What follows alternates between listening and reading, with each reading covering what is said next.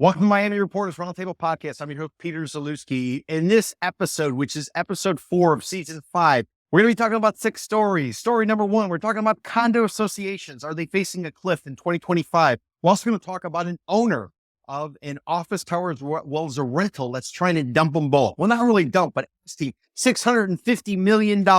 We'll get into consumer confidence. It's at a 2.5-year high. Also deal with the home insurance market. Is it starting to crumble? And what are people going to do if basically you can't get insurance and you have a mortgage? Story number 5 will deal with rentals.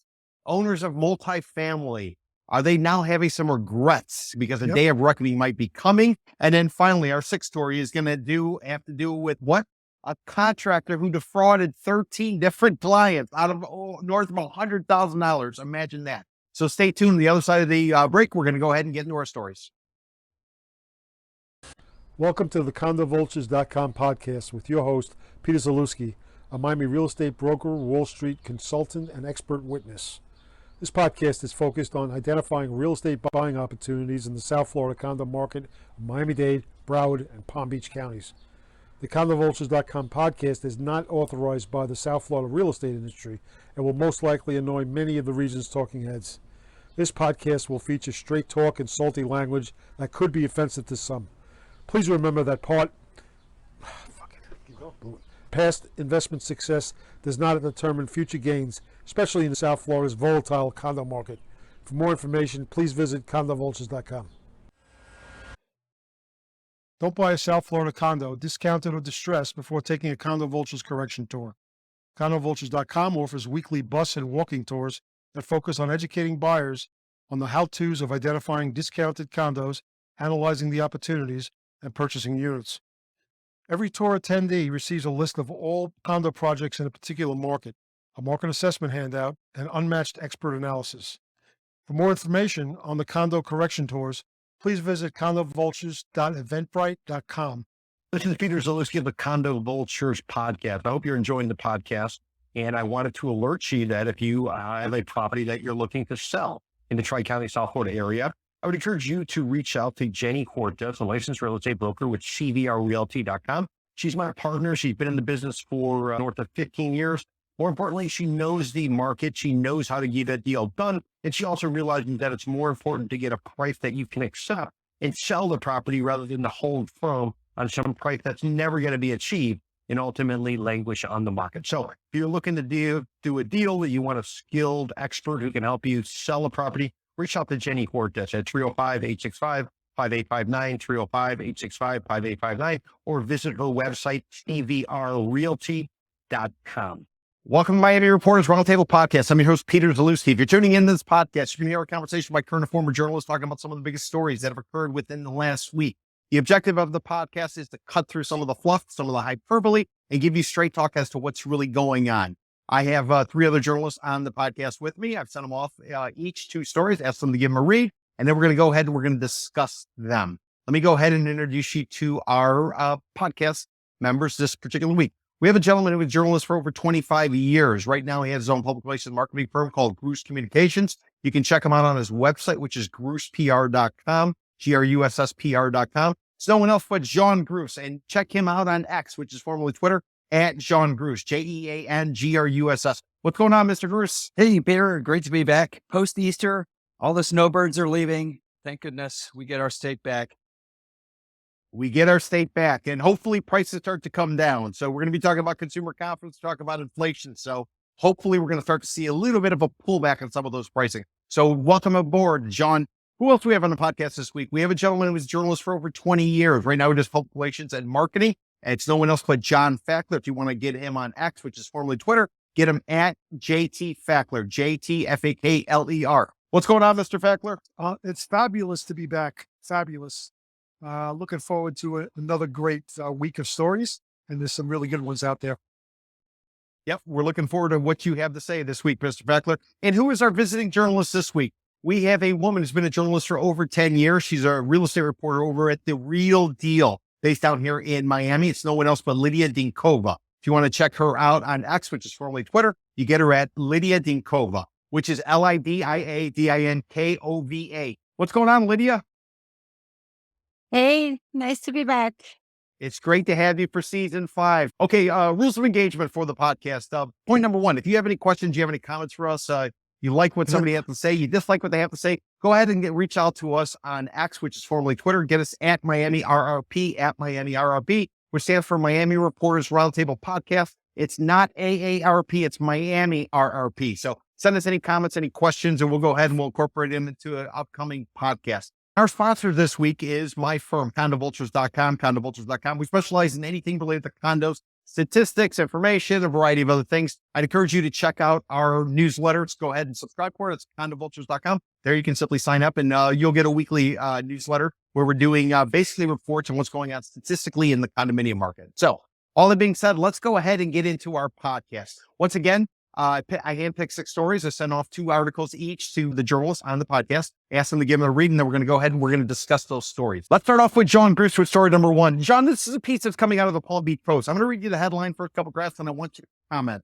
And keep in mind, in 2021, there was a collapse of a tower in Surfside, Florida, on the Barrier Island, just north of Miami Beach, south of Sunny Isles Beach. As a result of that, we've seen a bunch of changes take place because of this disaster where nearly 100 people died and $1 billion payout was made to the families of those related or involved with this particular building. A lot of things have changed. Subsequently, associations now are under the gun to go ahead and do the necessary things to make sure that this disaster isn't repeated. And insurance companies are requiring a lot of associations just to make sure that if they are going to insure some of these associations, they're not on the hook if something goes sideways. So that is the background, John. Again, headline and first couple graphs, and I'll ask you a comment.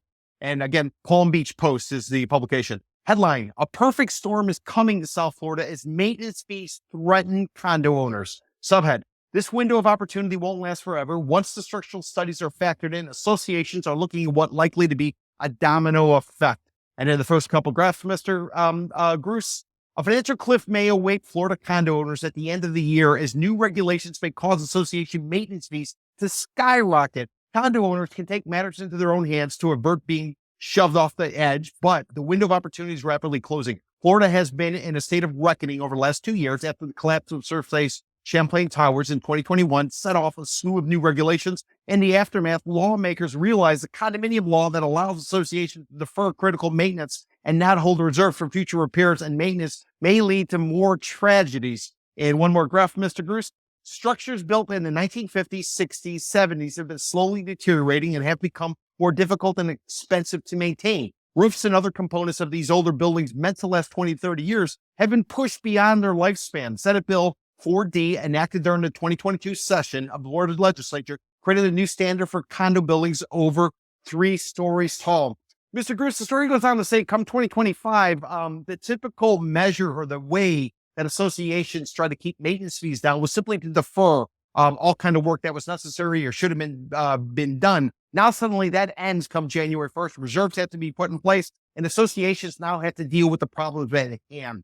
Why don't you give us an overview about what the story says and what you think the impact of this particular law that goes into effect in 2025 will have on the condominium market in Florida? Well, I mean, this has been in the news for the last couple of years. I mean, it's, I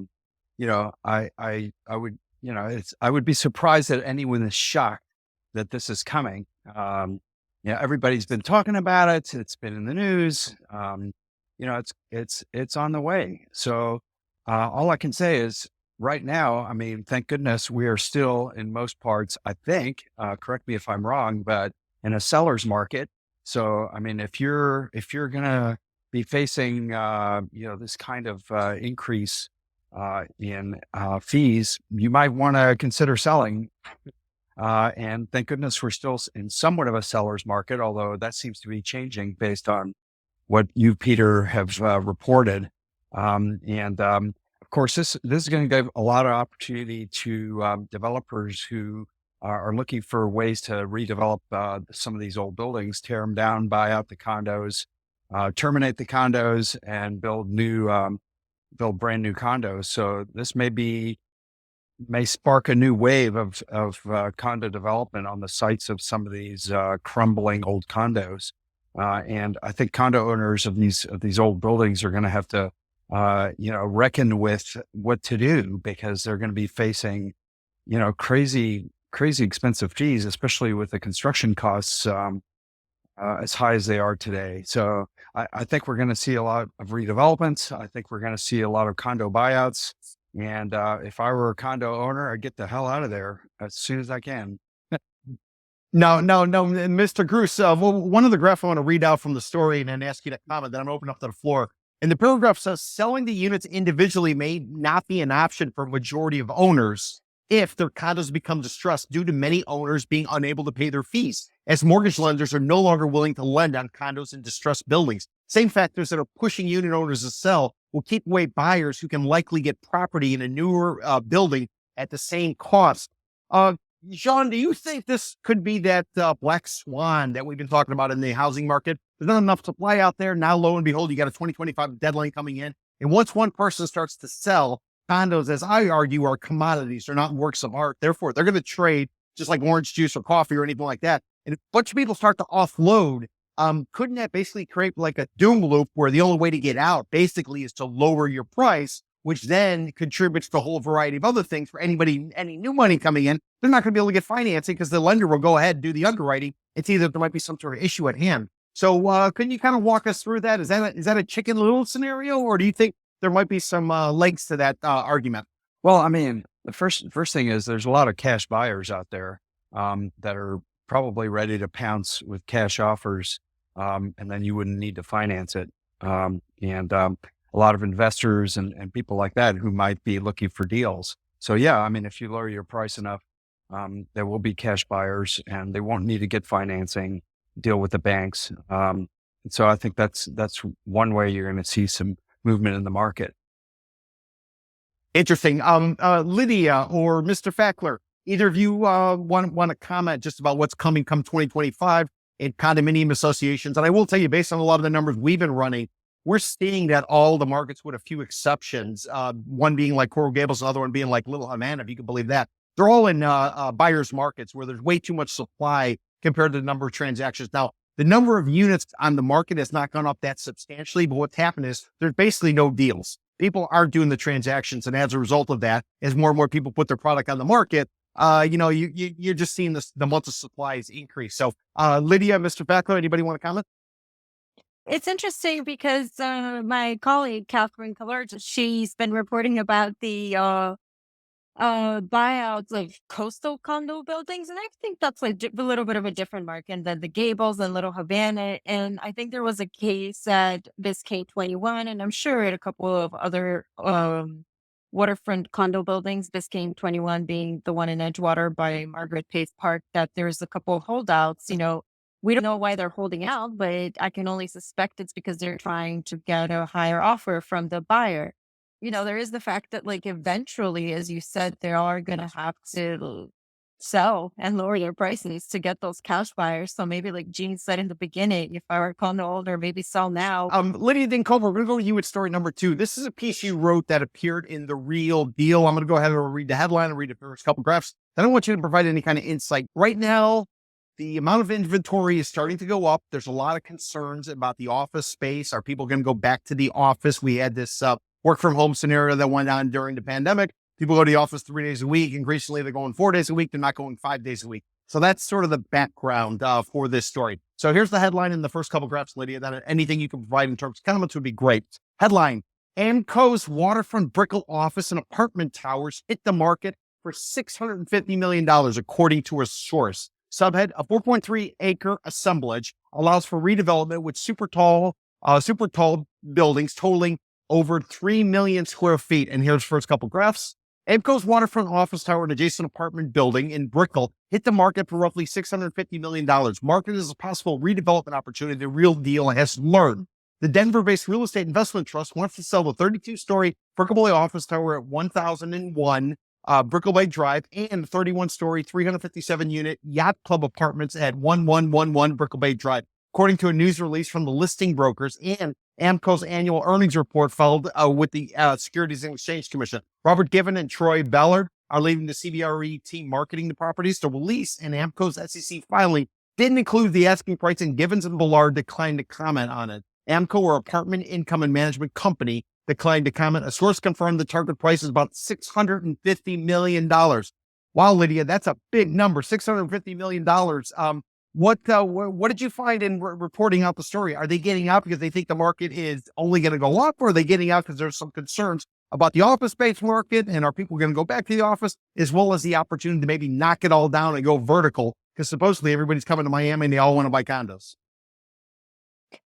So I don't know about Aimco. Its SEC filings and earnings reports didn't shed light. I think there was something about the fact that they want to offload the office buildings, saying that they can redirect the revenue to profitable things and to dividends to shareholders with the profitable aspects of their real estate holdings, obviously in South Florida being, and in Florida being apartments. But I think that, and I can only infer because again, Aimco denied comment and you can only gather so much from their filings. I think that they're a big part of that. Again, my inference is that it's a bet on the Brickell market because Ken Griffin's development site where he's expected to build his headquarters for his Citadel and Citadel Securities is one lot south of this assemblage.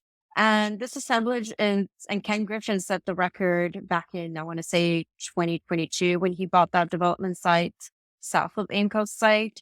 And this assemblage is bigger and it also has income producing properties on it, which can kind of carry whoever the buyer is for a little bit until they file development plans, whether it's they want to build 1, 2, or more super talls. And if it's by right, I think they can build something like 3.1 million square feet between like condos, offices, hotels, that kind of thing. That's interesting. Mr. Fackler, do you guys have any opinions about $650 million asking price? I've been in that office building before. I knew the guys who owned it previously. It's circa 1980s, 1970s, a lot of wasted space, compared to what you see today. In terms of the yacht club, the rental tower, it's a corporate owned rental tower. Quality wise, I'd probably call it a B minus. It's an A plus location right there on Brickell. It's got rail balconies, popcorn ceilings, stuff like that. Either of you have an opinion? Does it make sense to go in there and buy the two properties and try to simply ride out in anticipation of Miami's growth? Or do you think it's an opportunity where maybe the publicly traded company is looking to get out now because they're fearful about what the future might hold for real estate prices, whether it be office buildings and or residential? Yeah, I think it's the latter because 2024. I mean, the market's changed in the last 2 years. I mean, there's no doubt about it, and we're closer to the end than we are to the beginning. So, my sense is that it might be an opportunity to get out. Of course, anyone can put an asking price. We'll see what we'll see what the market bears. Interesting. Okay. Yeah, that ask seems a bit high, especially if you're looking to maybe dump the property, or at least you want to just keep the dirt. I mean, are you talking about why is that price point so high? It's my first question. Well, Mr. Fackler, I think Lydia sort of addressed it. You got this billionaire, Ken Griffin, who bought a piece of dirt, a vacant lot, just to the south of it.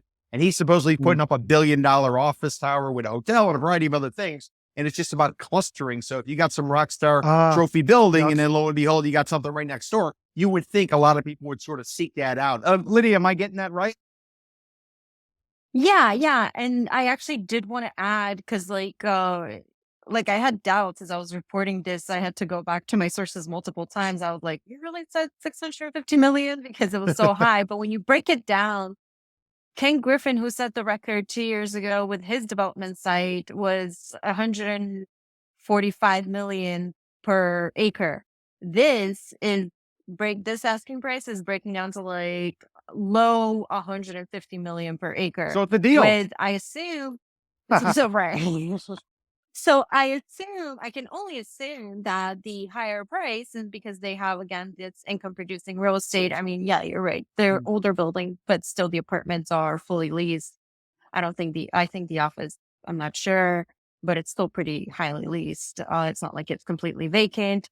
So, but then again, I think it raises the question as to like, is Ken Griffin's anomaly of a deal, record deal, going to be the one that sets Brickle valuations and like skew everything that way? Or was it just like this one-off and people were hoping to get like this kind of valuation for their properties are just not going to get it? So it kind of like remains to be seen. It remains to be seen, and we will be watching it. By the way, anybody wants to know a little bit about Griffin? He's featured in a movie on Netflix called Dumb Money. It has to do with Roaring Kitty and the whole game stop type of scenario. So I'd encourage everybody to check out Dumb Money on Netflix. And Ken Griffin plays a major role in that particular movie, at least an individual who acts in his place.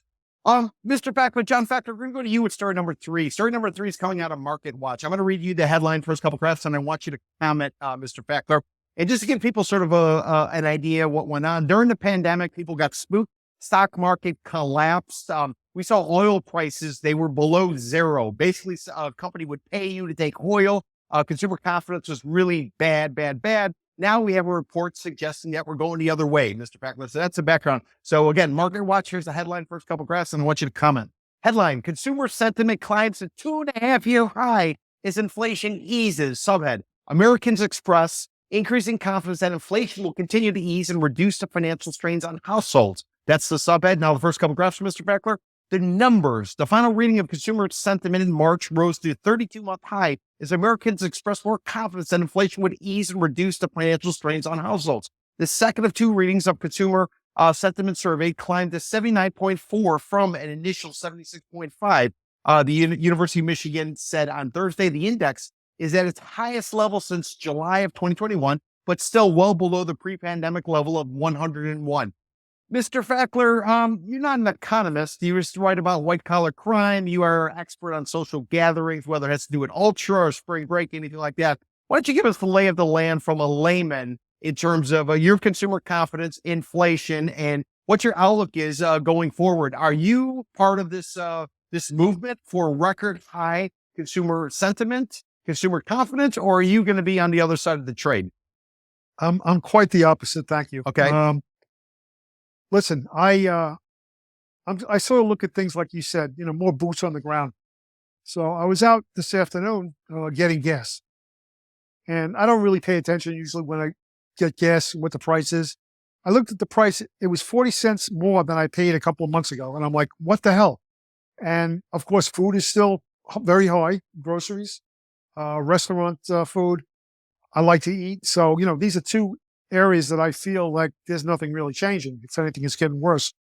So then I looked at this story, which is a national story. And of course, our viewership is national and international. So I guess it's a relevant story. But just a couple of hours ago, and we're filming this on a Tuesday, I was shocked because there was 2 organizations, including the FloridaRealtors.org, that came out to say that Florida is the absolute opposite because after 5 months of increasing confidence of consumers, it's now dipped in this past month 2.1%, which is, it's like the same number nationally, which was up 2.5. All right, Mr. Fackler, I got to stop you. I got to interrupt here. So you're going to tell me the Florida Realtor Association, which is a club, an industry club for anybody with a real estate license, they join, they pay $1,000 a year. They're able to participate in the multiple listing service. You're going to tell me that the Florida Realtor Association is claiming that buyer sentiment and seller sentiment is actually down, even though this is a pro real estate organization? No, they didn't mention anything about real estate. It was just the economic story. So wait, time out. So the Florida Realtor Association, which knows about real estate, didn't talk about real estate. They're talking about the economy. They're talking about the sentiment. What exactly they're are talking they about? talking The economy. I read through the whole thing. Was not one mention of real estate, yet it was reported by them. And also Florida Politics, which is a boots on the ground, legitimate newspaper based in Tallahassee. Okay. They're very tied into what's going on in Tallahassee. Both of those stories came online in the last 6 hours before we went to telecast. So apparently the Florida story, which that consumer confidence is actually going down, is just the opposite of what's going on nationally. So I guess what I'm trying to say is that Florida, once again, is a microcosm or a micro market, I should say. that is really, we always talk about this. That's not really related to the rest of the country. It's got its own little thing going on. And they basically, they drilled down a little bit. They said, why is the consumer confidence down? They're saying the current economic environment and the future economic environment. It's the only two things they went into in detail. They didn't talk about real estate, but, people are sitting back. They're on the fence. They're not going to be buying real estate, at least according to this story. And again, by the way, these consumer confidence stories, they come out every month and they change all the time. So next month it could be, they could be just the opposite. But I'm just wanted to point that out because Florida is definitely different than the rest of the country as far as this report is. The thing is that Florida in the last few years has had the highest rate of inflation of anywhere in the U.S. And, in some areas like Tampa, they got into the double digits, low double digits, 11%. It was just, we've had like very, very high inflation in Florida relative to the rest of the country, and that's got to hit consumer confidence. That's an excellent point. And the thing is that as things have slowed down in Florida, it's only normal that consumer confidence either stabilizes or dips a little bit. So you combine inflation, higher than average inflation, plus a slowdown in economic activity. You're going to have a dip in consumer confidence. Interesting. Lydia, would you like to add anything before we go on to the next story? I completely agree with Gene. It makes sense because, and like John said, it remains to be seen what next month's consumer confidence report is. But for now, it makes sense that it's lower in Florida. With all the out-of-staters who came late 2020, 2021, 2022, the real estate buys, the spending, that drove up inflation. And now it's kind of like we're in for a reality check. In for a reality check. And again, that's another story we're going to be watching. And fingers crossed, if you want prices to come down, let's get a reality check in this marketplace. Okay, story number 4. John Griffin, we're going to go to you with story number 4. This is actually coming out of CNN. Again, going back to 2021, we had a collapse of a Champlain Tower in Surfside. It was a disaster. Nearly 100 people died. $1 billion payout was made. Insurance prices in the state of Florida, as well as across the country, have really gone up significantly. Now, when you look at other parts of the country, they've had to deal with wildfires. We've had hurricanes. So insurance companies are under the gun as a result, as well as reinsurance companies. They're raising the rates. They're trying to reclaim some of the money that they basically had to pay out as a result of what happened since 2021. So it's created a lot of havoc. So, John, CNN, this is the headline. First couple graphs, and I want you to comment. Headline: the home insurance market is crumbling. These owners are paying the price. And here we go with the first couple graphs. The home insurance market is crumbling in New Orleans, leaving Alfredo Herrera with few options for coverage and skyrocketing insurance premiums. Herrera, 35, works in finance for a local bank.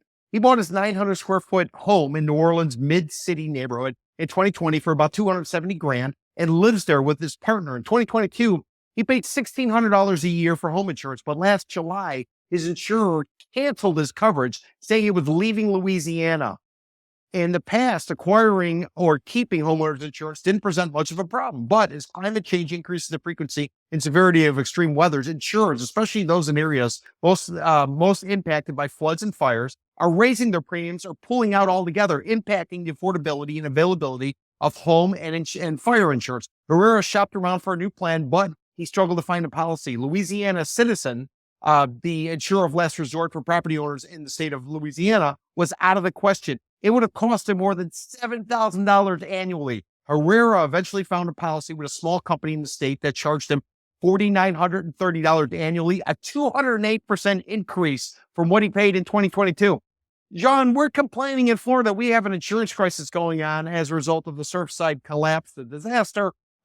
It's not strictly the state of Florida. This thing is going on nationwide. What is the cure? Is there any cure? And what is this going to do to housing prices? Because ultimately, when somebody's going in to buy and they're getting a mortgage, the lender's going to figure out exactly how much money are they on the hook for per month, whether it's real estate taxes, it's the debt coverage, as well as the insurance and everything else. So a high spike in insurance prices people can't afford to pay as much in terms of a mortgage. And therefore, the only way to get a deal done, I would imagine, is for prices to come down. Or am I getting that wrong, John? Yeah, there was a story on Bloomberg, actually, just in the last 24 hours. I I posted this on my Twitter feed, but the average premium for U.S. homeowners is expected to be $2,522 in the U.S. You know what it's going to be in Florida? $11,759 on So we're talking average. 5.5 times. Yeah, 6 times. right. And so if you're talking about a $7,000 a year premium, that's a great deal. The average Florida homeowner is expected to pay $11,759 this year in premiums for homeowners insurance on average. So, I mean, it's just crazy. So yeah, I mean, we've been in this perpetual crisis now for 30 years since Hurricane Andrew.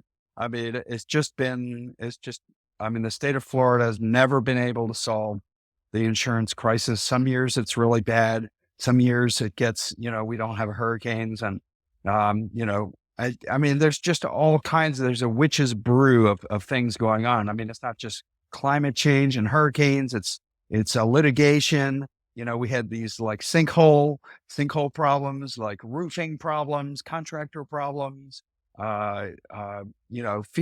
Now there's I'm reading about this huge, brouhaha over on the west coast of Florida, in Southwest Florida. FEMA has come in and eliminated the discount for flood insurance in Southwest Florida, which means everybody's flood insurance premium is going to spike 25%. So there's, this is a huge problem. And, of course it's going to impact real estate. The one thing that is really concerning is that if you're going to buy a home, you have no idea what you're going to be paying in homeowners insurance from one year to the next. And it's that kind of uncertainty that really, affects your view of how much you're going to be paying on a mortgage. I mean, if you're on a pretty tight budget, everybody's on a tight budget, and you don't know what your insurance premiums are going to be from year to year for your home. And it could be as much as $11,000 a year. I mean, it's like, you can't just pull 11 grand out of your, bank accounts all of a sudden. I mean, this is just, I think it's going to have a really negative impact on real estate sales. We've had this debate now in Florida for years and years, is the role of Citizens, the insurer of last resort. It's the state program that you can opt into if you can't find insurance. And, the debate's been on and on for years now as to what the role of Citizens should be. I mean, are we going to go to fully state supported homeowners insurance market? Or are we going to have this like weird hybrid where, we're going to have some insurance companies, and if you can't get it, you can go to the states. I mean, it's just been this like back and forth. And, with the legislature right now, I mean, they don't want another state agency, a state governments, but that's what's starting to happen. I mean, Citizens is the largest insurer in Florida now, the states. And as taxpayers, we're all on the hook for that. Mr. Gross, let me ask you, refresh my memory. You said there's a Bloomberg piece that just came out. Yeah. And nationally, the insurance premium is like $2,500. Yeah. 2,000, is that right? 2,522. It's expected to be 2,522. And in Florida, it's expected to be 11,759. Okay. So if we just do some rough math and we look at this from an investor perspective, how do you overcome an increase in insurance if basically you're paying $1,000 a month just to cover your insurance? You got debt service, you have vacancies. I mean, how can you actually buy real estate to rent out if you suddenly could see your entire profit going towards insurance? Yeah, but you can account for that in how you price. Okay. The problem is the uncertainty. So it could be $1,000 a month this year. It could be $2,000 next year. You don't know. You don't know. You don't know. So it's that kind of uncertainty, and how do you price that risk into your model if you're an investor, or how do you price that into your budget if you're a prospective homeowner? I mean, you can't. And it's the same with HOAs. When you buy a condo, you don't know what your HOA's fees are going to be from one year to the next, and they could spike by an extraordinary amount. That's the problem. It's that uncertainty. You just cannot budget for it. Now, I've been making the argument, and this is for Lydia or Mr. Fackler. I've been making the argument. It's cheaper to rent than it is to own right now in Florida. Simply, even with the high rents, simply because of all the unknowns that John's sort of referring to. Season 5, people pushed back and said I'm wrong. Lydia, Mr. Fackler, do you think it's better to rent or is it better to own, given all the circumstances and the unknowns? The witch's brew, as Mr. Bruce said. Well, I'd like to just mention, go back to what Sean just said about the individual home buyer. I was thinking about how is that going to affect the market macro-wise, because people are going to be sitting on the fence for afraid that they're going to have to pay. They don't know how much they're going to have to pay for insurance. They're going to have to dig down and find out, and what's going to happen again the next year. Is it going to go higher? So a lot of uncertainty there for the home buyer, unless I'm missing something. I think he's basically just summarized what John said. Yeah. I agree with him 100%. Yeah. Okay. Yeah, it's better to rent. Yeah, better to rent. Lydia, critical eye, you're coming in here. You might have heard that the first time. I'm saying it's better to rent than to own. Am I batshit crazy, or do you think there might be some validity to that based on everything you're seeing and writing about? No, I totally think it's easier to rent, especially if you're a first-time home buyer right now. I mean, if you get the Redfin and Trulia emails and you see anything that's on the reasonable budget, as soon as you open it up, it needs major renovation or it has outstanding code violations or liens. So anything that's reasonable right now is going to take a lot of work, and let alone the fact that, like you said, unknown, that who knows how much you're going to have to pay for insurance down the road. So. Love it. A lot of unknowns this particular episode of the podcast. That's very interesting. So story number 5, Lidia Dinkova, we're going to go to you with story number 5. This is a piece you wrote. It appeared in The Real Deal. I'll read the headline, first couple graphs. Then I'll ask you to provide any kind of insight you can. You might not be able to comment because you wrote it. And but anything you can share with the audience would be much appreciated. Here we go with the headline. Again, The Real Deal. Day of Reckoning. South Florida multifamily investors feel sting of rising interest rates and insurance. Subhead: investors that swooped in on South Florida's multifamily boom now face elevated interest rates, high insurance costs, and plateauing rents. And I will mention before I read part of the story, I can tell you as somebody on the ground who hasn't had a car for 11 years, who relies on public transportation, I walk, I take trolleys, I get rides. I'm seeing 4 rent signs everywhere. I'm seeing them posted in the medians. I'm seeing them on the posts at an intersection. A lot of people are looking to rent. And I will tell you, a lot of those rental signs, they're for rent by owner. They're not the realtor rentals. It's that little sign you get at Ace Hardware or something, you put in front of your lawn, or you like I said, you tape it up on a pole for rent, and this is what the rent is. So that's my insight. But let me go ahead with the story, Lydia, that you wrote. Schindler Group wasn't about to miss out on South Florida's multifamily bonanza. 2021 amid an influx of out-of-state residents, creating unprecedented apartment demand and the biggest rent hikes nationwide. Schindler bought the 433 unit Sea Lofts at Boynton Beach for $153 million. And let me just do some rough math there for anybody who's playing at home. $153 million is what the purchase price was. They got 433 units. We're going to divide that by 433. We're talking $353,350 a door per unit. $353 a unit, just to give you some context on that. So we'll go on with the story. The complex of 20 white and sky blue buildings tucked in suburban Boynton Beach, which is in Palm Beach County, is over 90% occupied and lists monthly rent for about $2,000 to nearly $3,800. Surely Sea Lofts ought to be in a worry-free environment, except not really. From mid-2022 to mid-2023, property repairs and maintenance costs rose 22%. Insurance skyrocketed 62%. And payroll and other expenses increased by 12%, according to the research firm Morningstar Credit. The squeeze Schindler is feeling from the Federal Reserve's 11 aggressive rate hikes since 2022 isn't clear. Morningstar Credit showed the debt service coverage ratio, a measure of an owner's ability to meet debt obligations, dropped last summer to 0.75 or below the DSCR break-even threshold of 1. Lydia, day of reckoning, buyer's remorse. What the hell do you do if you suddenly all of your expenses are going up, whether it's insurance, it's repairs, and rents have plateaued? What are companies like Schindler and others faced with down here in South Florida? So they are faced with, as you said, rising expenses, skyrocketing insurance. If they have a floating rate loan, obviously their interest rate on their debt is higher. They are reckoning with a lot, with the caveat that a lot of them, when they took out their debt, whether fixed or floating interest, they could have carved out some sort of hedge, whether it's an interest rate cap, which would keep their interest rate capped at a certain percentage in case the Federal Reserve increases the federal benchmark interest rate. Caps, however, expire if you want to renew now. Those costs for the caps are also skyrocketing compared to what they paid 2 or 3 years ago.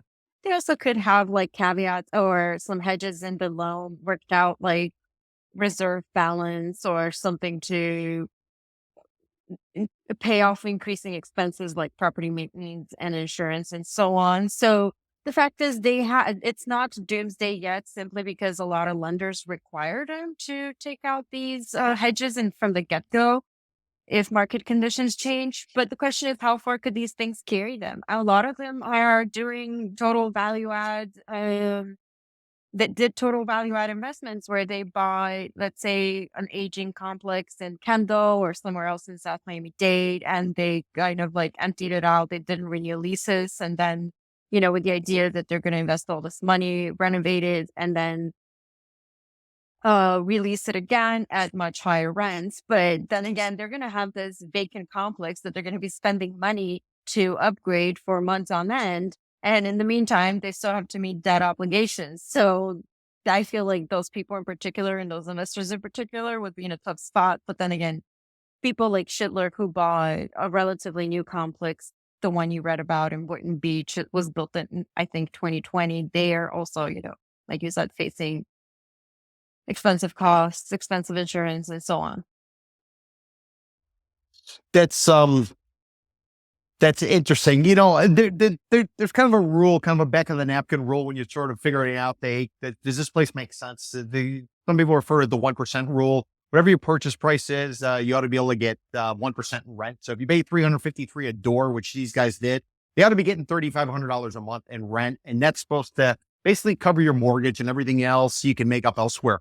So I'm just wondering, and this is for Lydia, and this is for the audience, if you're coming in and you're paying a premium, and you expect rents to only go up, what does the roundtable think? Are we at a point in the market where we're going to continue to see rents go up, or have we seen the best? I mean, can you expect rents to continue to go up to justify $353,000 a door in a place called Boynton Beach, which is not exactly South Beach? It's not Fort Lauderdale. It's not even West Palm Beach. So what say the floor? Well, I don't know about Boynton Beach, but I can tell you that as a renter, I'm always just out of curiosity checking Zillow and Redfin and all that. I can tell you that rental prices are either in Miami, in my area, are either the same or climbing. Because I'm looking at it, I'm saying, what? They're charging what now? $1,800 for this, $1,900 for this, when it was $1,700 just a few months ago. So I don't know what's happening in the rental market. If there's been any studies, because I haven't looked at them, but just boots on the ground, to me, it appears that rents are either staying where they are or they're slightly going higher. So John, is Mr. Fackler right where rents are going strong and I'm wrong where all the signs I'm seeing posted everywhere for rent and medians on polls? What do you make of it, Sean? I think we're kind of in that in between world where all the supplies coming on, and we haven't seen like meaningful rent decreases yet. But that's it's just a matter of time. I think as supply increases, I mean, it's inevitable that rents are going to fall. Now, if you overpaid for a property and then you got all these expenses and all that, well, I mean, one way out is foreclosure, right? Got to hand the keys back to the lender. Or renegotiate with the lender. I mean, that's what you got to do. Which raises the next question, and this is for the floor. I don't know, Lydia, if you want to address it, or John, or Mr. Fackler. But regional banks are under some pressure. If you look at what's happening on Wall Street, there's a lot of concern about commercial real estate. Obviously, multifamily is residential, but it's really commercial. Could we see the Fed and banking regulators really sort of crack the whip to make sure that we don't see a repeat of what we saw 15 years ago or so, where basically you had a lot of debt that sort of went sideways and went bad, simply because too much money was put on the street, prices were way too high, and maybe $353,000 a door sounds it sounds reasonable to some, but I would argue it's a pretty high price in a place like Boynton Beach. So could we see the Feds and regulators start to crack down and start to have this other effect that maybe people aren't anticipating? It's too late. Yeah. It's like, I mean, the regulators are always behind the eight ball. There's I see deals, I read deals. Lydia writes about them, I read about them, and I'm like, this makes no sense. And there's one bank in particular from out of state that is making all kinds of crazy loans here. You probably guess who it is. I'm not going to say who they are, but they're from a southern. I know they're from a southern state, and I'm like, Yes. what the hell are they doing? They're doing these crazy deals left and right, financing all kinds of stuff down here, and I'm thinking like, and it's a regional bank, and I'm thinking like, where are the regulators? Like, these guys are like making all kinds of risky loans down here, and they're like. And they've been doing it. They've been at it for the last 10 years. And, nobody's put the brakes on these guys. The big loans that we're seeing right now are for the branded luxury condos that are coming online. So not to be a voice for a developer or a lender, but I bet you their counter argument to what Jay said is, well, we're building a branded product and it's a different echelon of buyer. These are super luxury units. The price point doesn't matter to people. I would be more worried about so I don't know how that's going to pan out. I don't know if the regulators should be keeping an eye on that. If indeed there are enough buyers for these super high-end luxury condos, if they're going to be pre-sold. But I would be more worried about places like Boynton Beach and people who bought apartment complexes there and that are, technically the rents are market rate, but they're betting on a windfall and they're betting on increasing market rate rents. Yeah, that's a great point, Lydia. And I will remind the audience, last week in our podcast, we talked about a condo with an asking price of $120 million or $11,400 a square foot. So think about that the next time you go into your restroom, $11,400 a square foot. So let's go on with story number 6. We're going to go to John Fackler. John, you used to write about white collar crime. This isn't white collar crime. This is blue collar crime. But it's something that we seem to be talking about week after week after week after week. So let's just go ahead and continue with that momentum. This is coming, including last week. Yeah, this is coming out of WSVN, which is Channel 7. It's a Fox affiliate down here. And I will read you the headline, Mr. Fact. I'll read you the first couple graphs and I want you to comment. Headline: Police say man pocketed over $100,000 after pretending to be a licensed contractor for multiple roof repairs. And here's the first couple graphs, Mr. Fackler. A Miami man has been arrested after police said he pretended to be a licensed contractor and defrauded 13 victims across Miami-Dade County. According to detectives, the collaborative investigation between the Miami-Dade, Key Biscayne, and Hallandale Beach Police Departments revealed that since August of 2019, John Lewis McQueen defrauded numerous people by offering to build new roofs without a license, as required by Florida law. This investigation was initiated in August 2020. Said Miami-Dade Police Department Detective George G.D. Estepan. Police said McQueen, 64, fraudulently utilized the credentials of legitimate contractors on fake receipts and contracts across the county. After a thorough investigation and with the assistance of Miami-Dade State's Attorney's Office, an arrest warrant was issued for McQueen, who was located in Hallandale Beach and arrested on Wednesday. He faces various charges, including grand theft, organized scheme to defraud, and contracting without a license. During the investigation, a total of 13 victims were identified. Detectives said they suffered a total loss of approximately $103,000. Now, Mr. Fackler, before you comment, last week when we dealt with another supposed contractor who took off with $125,000, you made the argument that, listen, anybody with any brains needs to go onto the state website. They need to look up and see if that contractor is licensed. And if they're licensed, they should be good. Well, according to this story, this gentleman was using the name of a contractor who was licensed, even though this individual wasn't. So what say you, Mr. Fackler, and how do we avoid this going forward? Well, What would be your advice to the audience? it's a great point. This is this is a hustle. This guy has his own little hustle going. And for his way to bypass them checking that he's got a contractor's license, he decided to use somebody else's license. And what he did was he showed the customers invoices and contracts with this guy's name. So they probably said, "Oh, this guy's legitimate," but why did they not ask to see his license? I mean, to see that the names match up. And the woman I think that was interviewed suggested that I'm so trusting. I trusted this guy, and this trust issue is something we've talked about in the past too.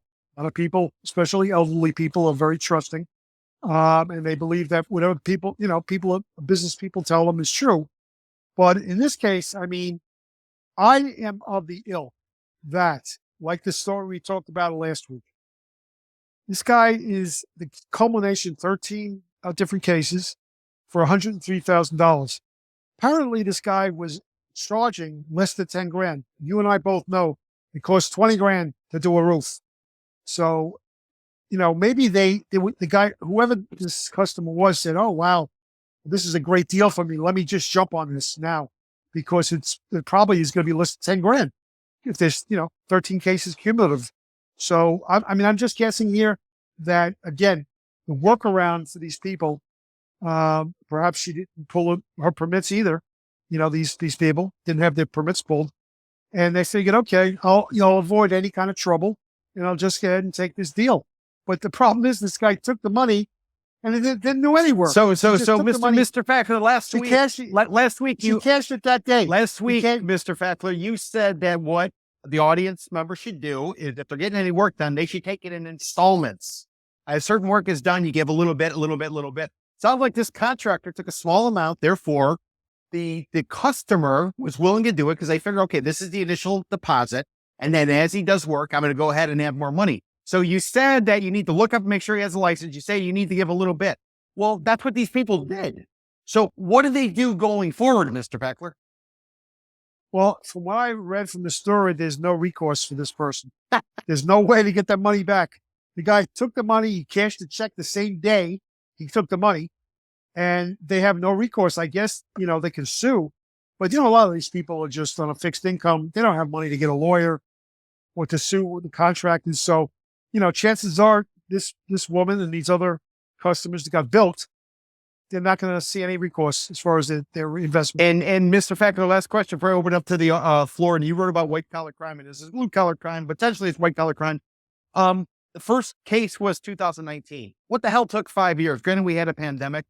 Why did it take so long from a police perspective, Mr. Fackler? Did it have to do with the amounts were so small?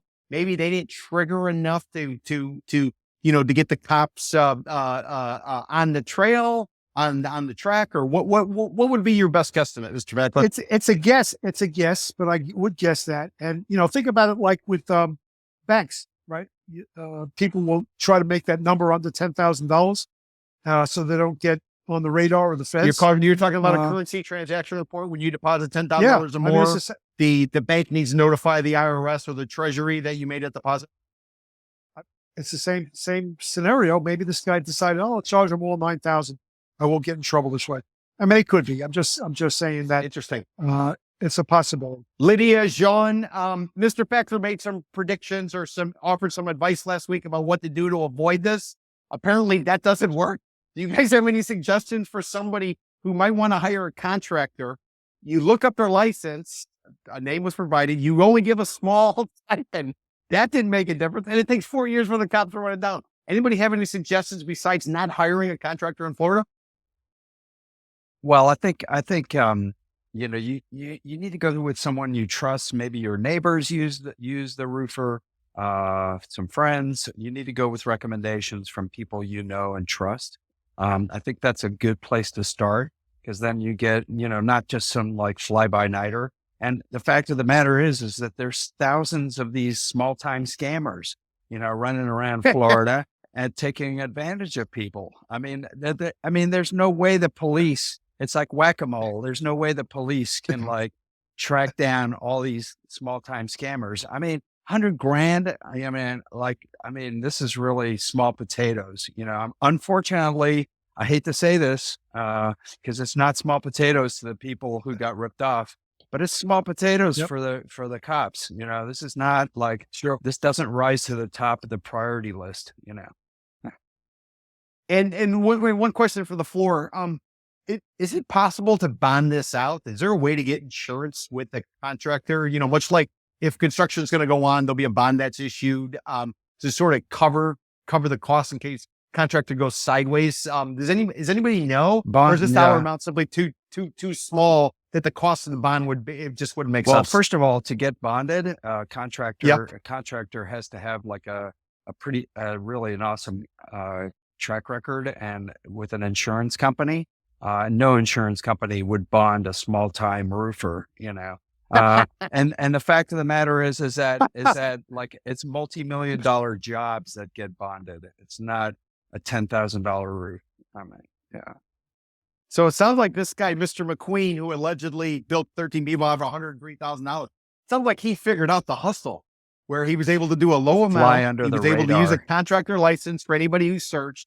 Anything Mr. Fackler raised in terms of what the audience should do, this guy got to run all of it. So this might be the MO as to, well, you know, what to watch out for. I tried.